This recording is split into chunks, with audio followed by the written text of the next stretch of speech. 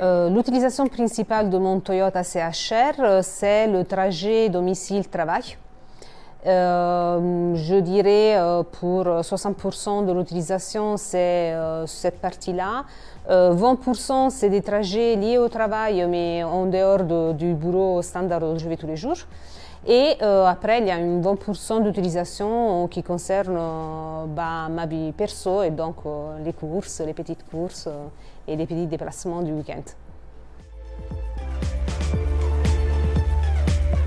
Avant mon Toyota CHR gris ciel, j'ai eu un Toyota CHR noir.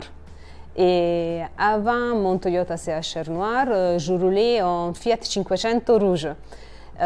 Du coup, je suis très convaincue de conduire un Toyota CHR. Comme vous voyez, j'ai rénové sous la même marque et sous le même modèle parce que je le trouve très facile à la conduite. J'aime bien la ligne, je la trouve dynamique.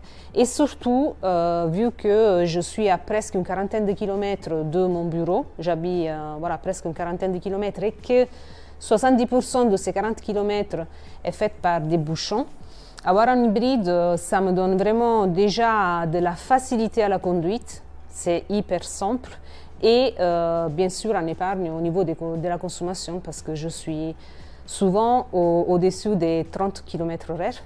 Donc, de ce fait, je voyage beaucoup en électrique.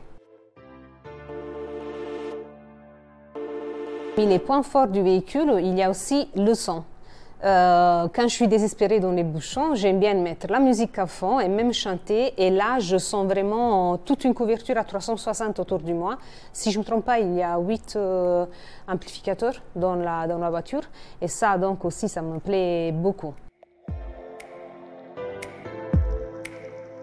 Par contre, si je dois dire une chose que j'aime pas du tout de la voiture, c'est le système Android de navigation.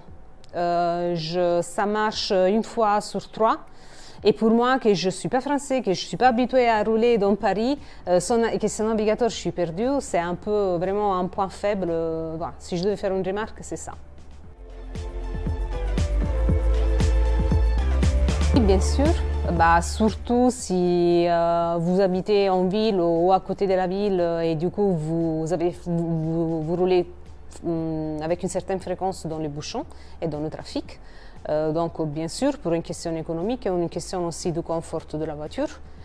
Et si je devais donner une note, je donnerais 8 sur 10 parce que vraiment la seule chose qui me dérange, mais me dérange beaucoup, c'est la navigation.